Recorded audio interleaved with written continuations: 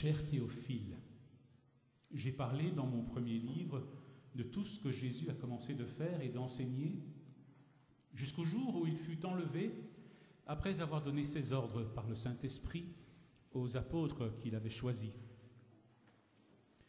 C'est à eux aussi qu'avec beaucoup de preuves, il se présenta vivant après avoir souffert. Il leur apparut pendant 40 jours, parlant du règne de Dieu. Ceux qui s'étaient réunis lui demandaient « Seigneur, est-ce en ce temps-ci que tu vas rétablir le royaume pour Israël ?» Il leur répondit « Il ne vous appartient pas de connaître les temps ou les moments que le Père a fixés de sa propre autorité, mais vous recevrez de la puissance quand l'Esprit Saint viendra sur vous, et vous serez mes témoins à Jérusalem, dans toute la Judée et en Samarie, et jusqu'aux extrémités de la terre. Dans les derniers jours, dit Dieu, je répandrai de mon esprit sur tous. Alors, quiconque invoquera le nom du Seigneur sera sauvé. Hommes d'Israël, écoutez ces paroles.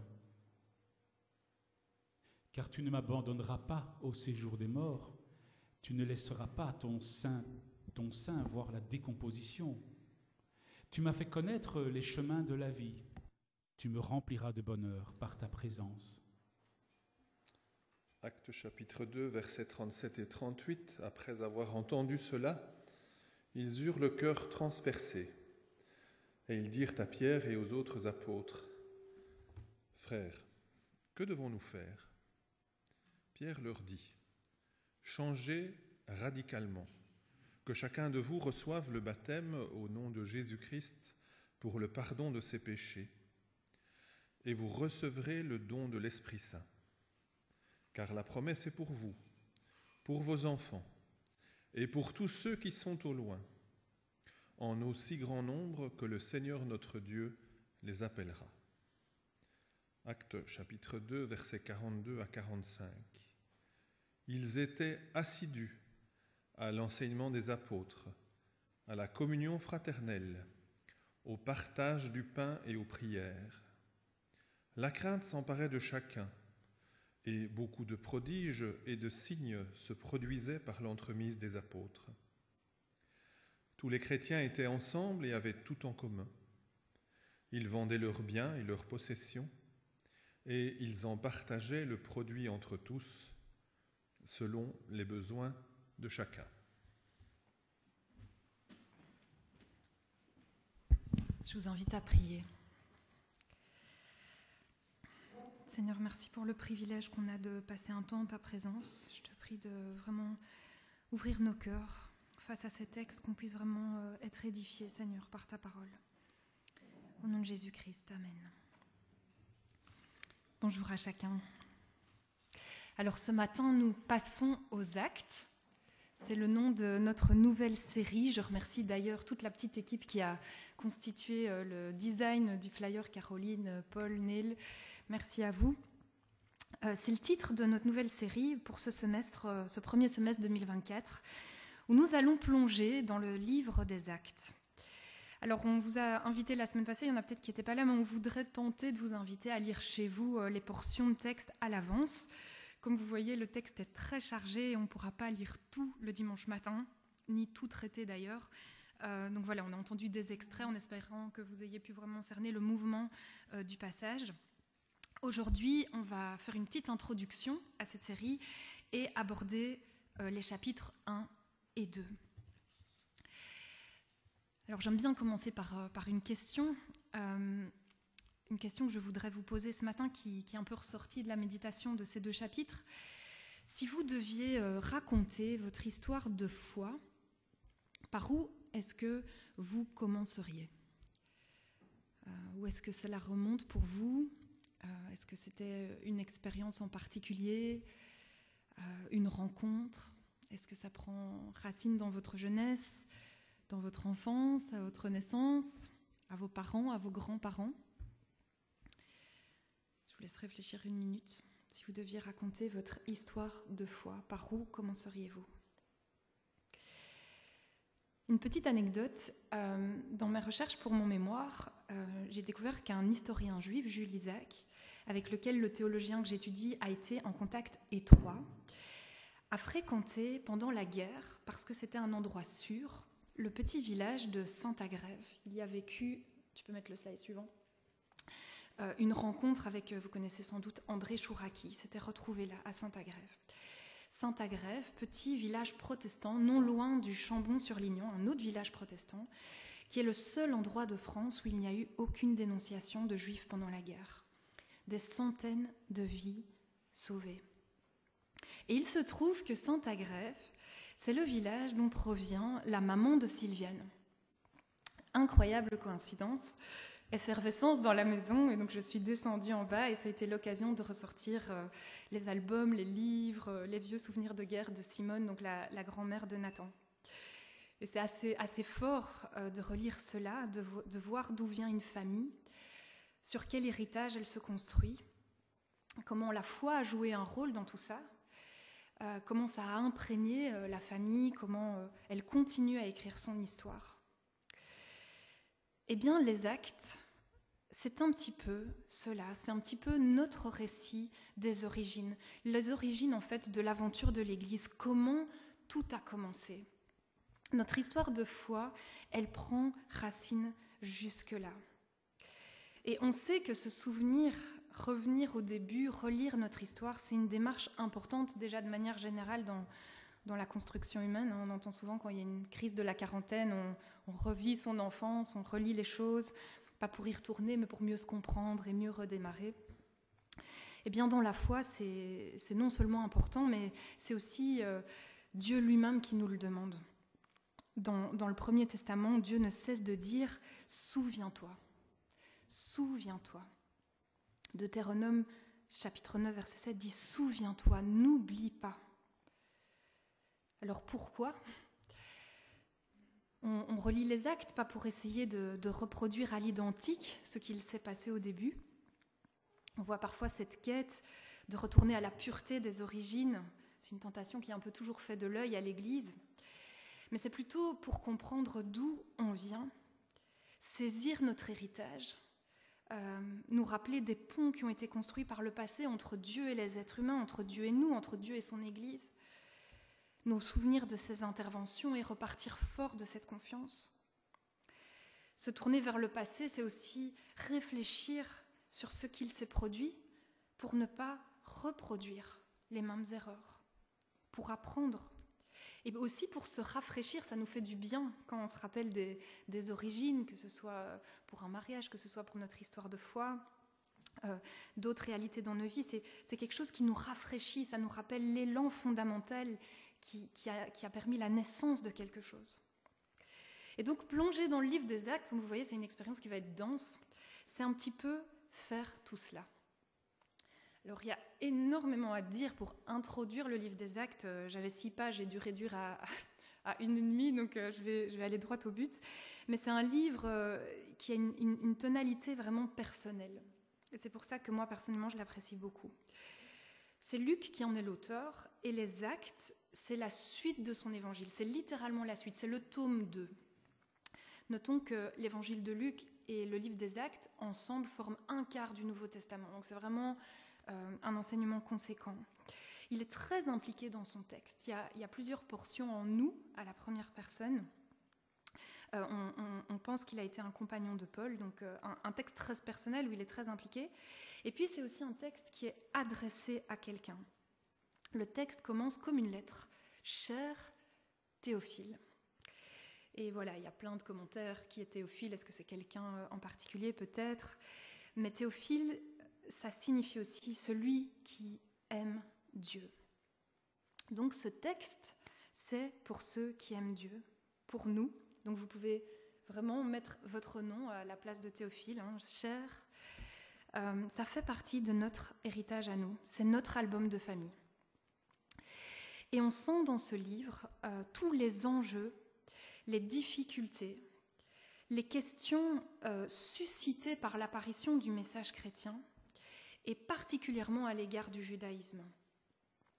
Les actes racontent un peu cette déchirure initiale Et l'histoire de ce dialogue douloureux, vous allez voir, ça revient dans le texte presque jusqu'à la fin, vraiment par rapport à ce dialogue entre juifs et chrétiens.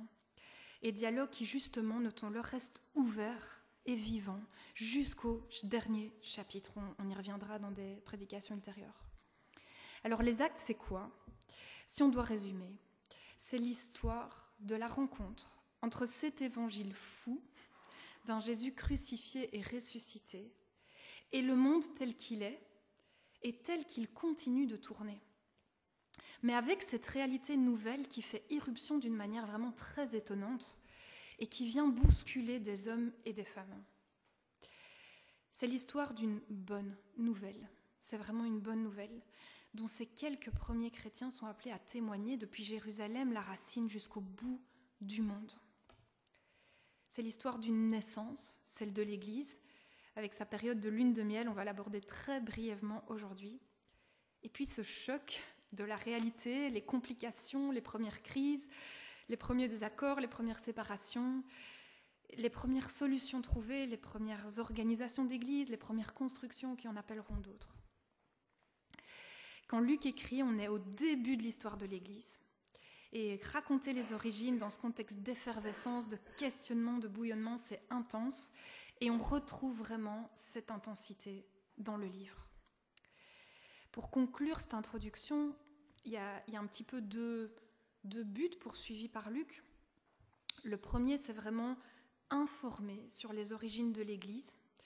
C'est une question qui a été beaucoup débattue, mais maintenant la recherche est vraiment unanime pour dire vraiment Luc a une démarche d'historien. Il a vraiment une démarche historiographique, il fait ses recherches vraiment avec conscience.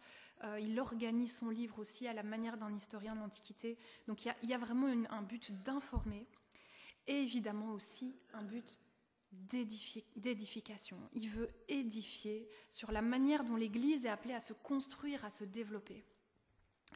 Donc évidemment aussi du contenu théologique il y a vraiment du steak dans le livre des Actes.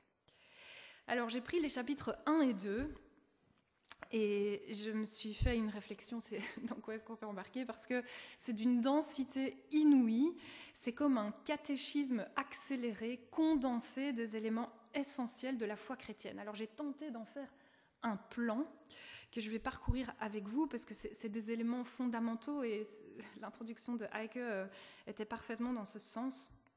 Mais donc début du chapitre 1, un rappel que Jésus a souffert, qu'il est mort et qu'il est ressuscité. C'est vraiment la pierre d'angle. Et puis juste après, l'annonce du règne de Dieu. Jésus va encore annoncer le baptême dans le Saint-Esprit, les recommandations de Jésus sur la manière de comprendre ce règne. On va un peu s'arrêter sur ça aujourd'hui.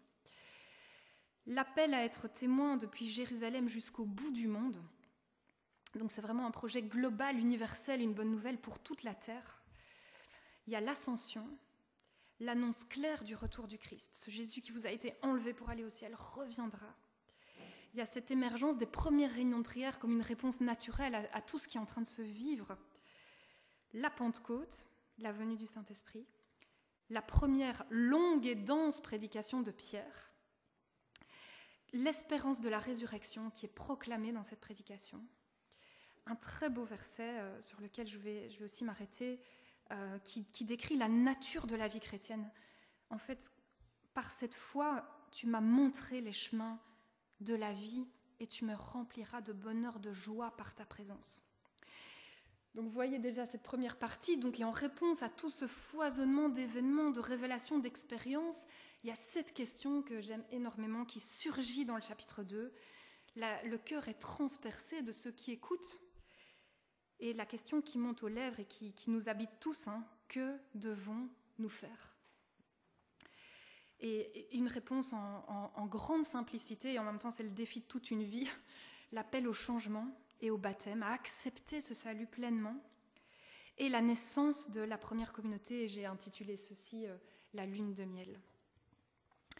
Alors j'espère que vous avez 4-5 heures devant vous. J'ai prévenu avec eux qu'on finirait le culte exceptionnellement à 15h30. Voilà le plan de la prédication. Non.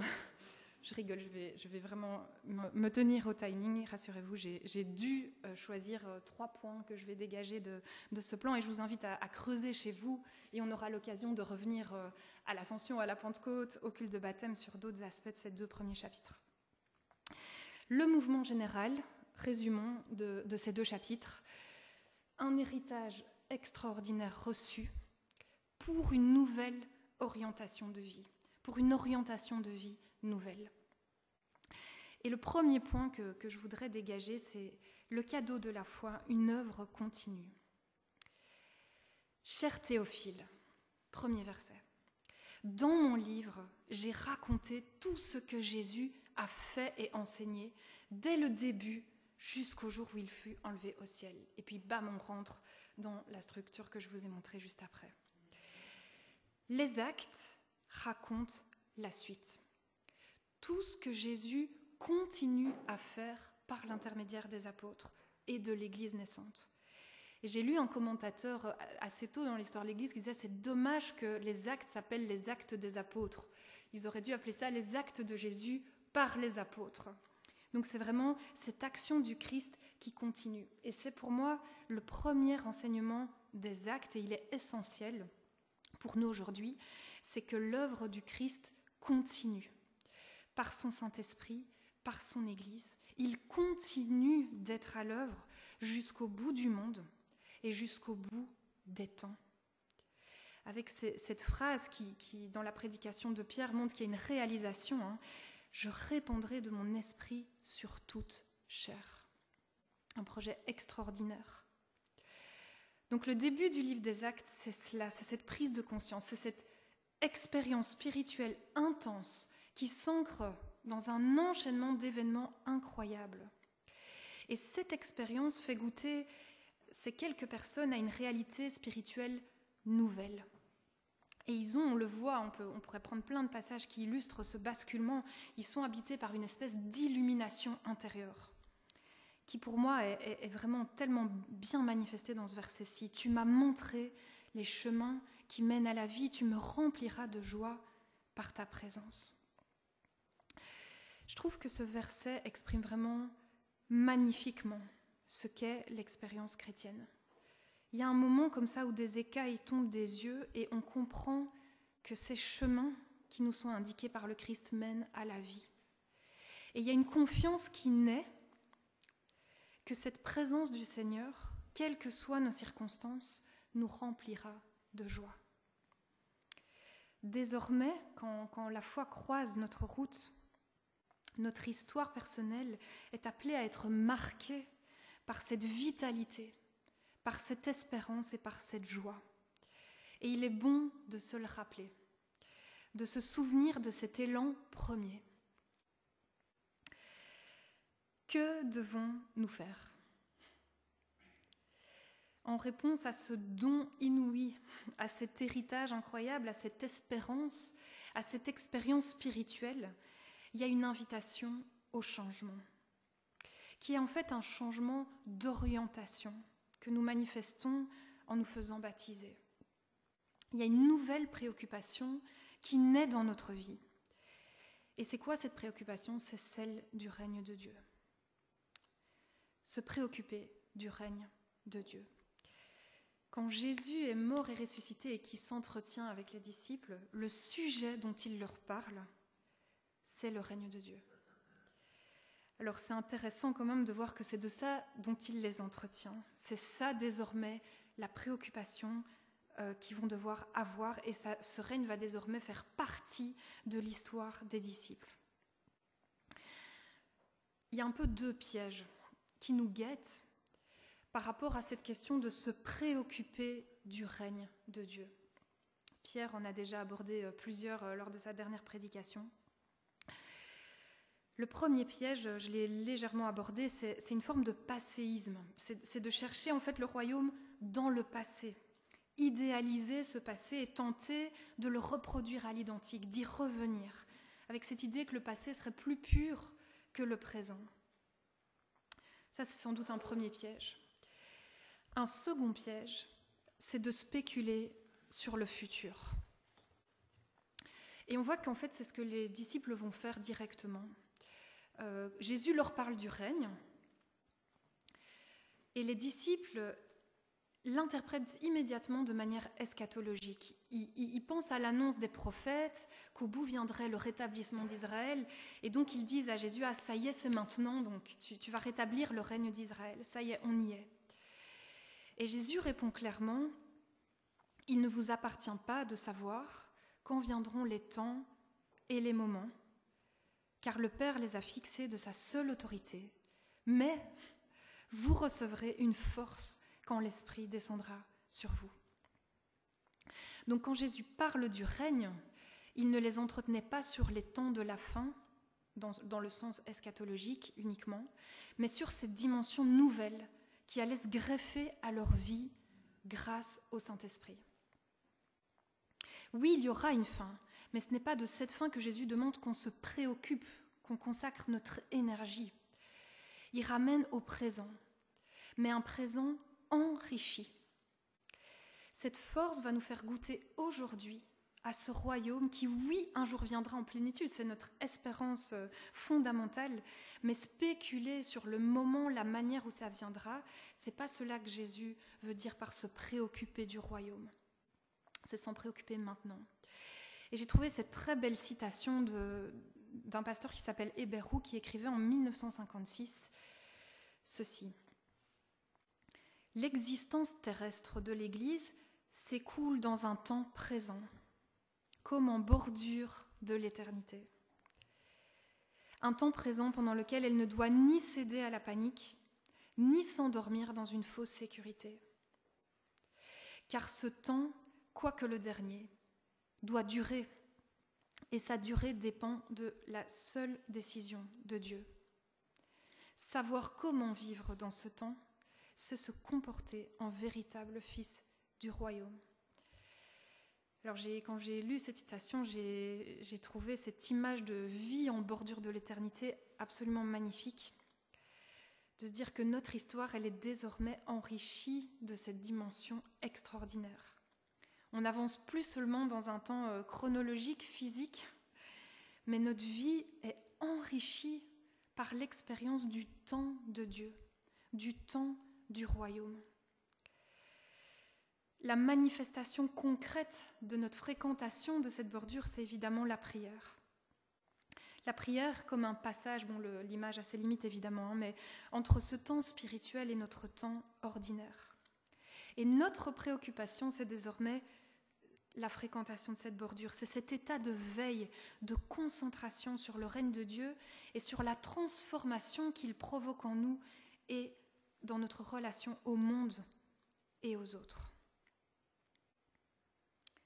Le royaume, c'est là où Christ règne, disait Pierre lors de sa dernière prédication.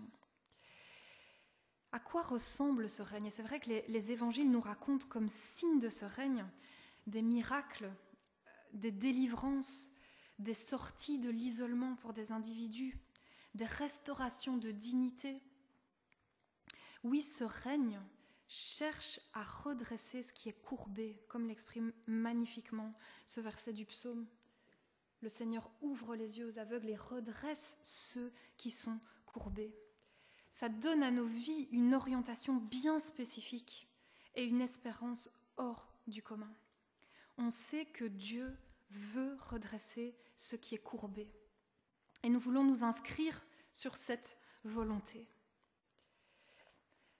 Donc il y a cette puissance, cette vision puissante, et en même temps Jésus qui nous dit que ce royaume ressemble à une petite graine de moutarde, toute humble. Cette graine est semée dans les vies par la foi, et nous assistons à quelque chose qui pousse. Et par moments c'est invisible, on ne le voit pas à l'œil nu. Mais à d'autres, nous vivons une grâce où ce temps de l'éternité déborde dans nos vies et vient marquer nos histoires d'une manière indélébile et fondatrice.